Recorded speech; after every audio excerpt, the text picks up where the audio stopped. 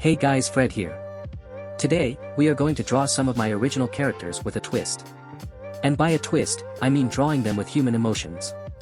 These characters are what the kids today call messy. Character art in general tends to be emotionless and static with a blank face or a smile. I am not claiming to be an expert, but today, we are going to give it our best try. I was inspired by the characters' personalities. They tend to be scheming, busy bodies. So I pulled up a few reference photographs because I am not the gossiping type, but you didn't hear that from me. Gossipers tend to be mean-spirited and overly emotional, so let's make one of our characters seem conniving and the other, just, in total shock. Someone who is spreading rumors might have a furrowed brow, narrow eyes, a wicked smile, and of course be leaning in to whisper the juiciest secrets.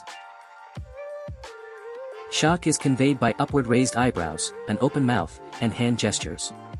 So, let's draw him with his luscious lips parted, and a hand on his bosom. I struggle with hair, so you will see both hairstyles change several times throughout the process. I decided to add some texture to the character's hair to show volume and make it look more like a comic. But my wife said his hair still looked a little flat, so I referenced a bridal photograph to get the maximum volume in those curls. After all the rework, I needed to redraw to get some clean lines.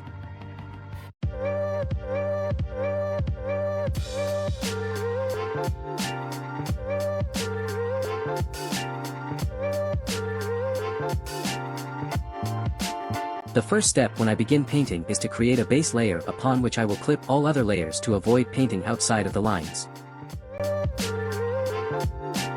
Then we create a new layer and set it to multiply and reduce the opacity between 30 to 40% to create the shadow effect. I really like this copper tone hair, or at least that's the color my wife told me this was. She said it reminded her of a medieval manuscript. To get a velvety sheen on the hat, I use two colors with significantly different tonal values. But, I avoid adding too much light because that would make it look like silk or satin. Use reference pictures to try to attain different fabric textures. Now it's time for a mini tutorial. I am going to show you how I created a cute background for this. First, I created a gradient background. In Clip Studio, you can set two colors for each end of the spectrum and also select how it will be displayed.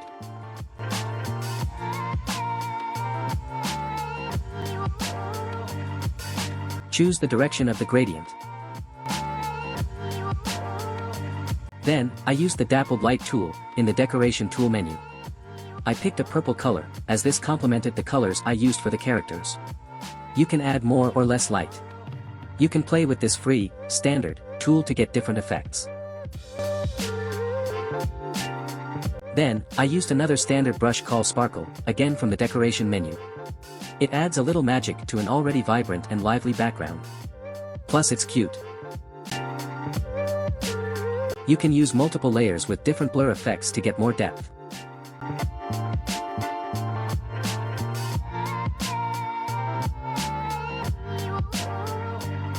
And now back to our messy boys. We add the background. We finish off by deepening the shadows and adding a more defined outline. How do you think it turned out? Let me know in the comments. Don't forget to like and subscribe. Thanks for watching.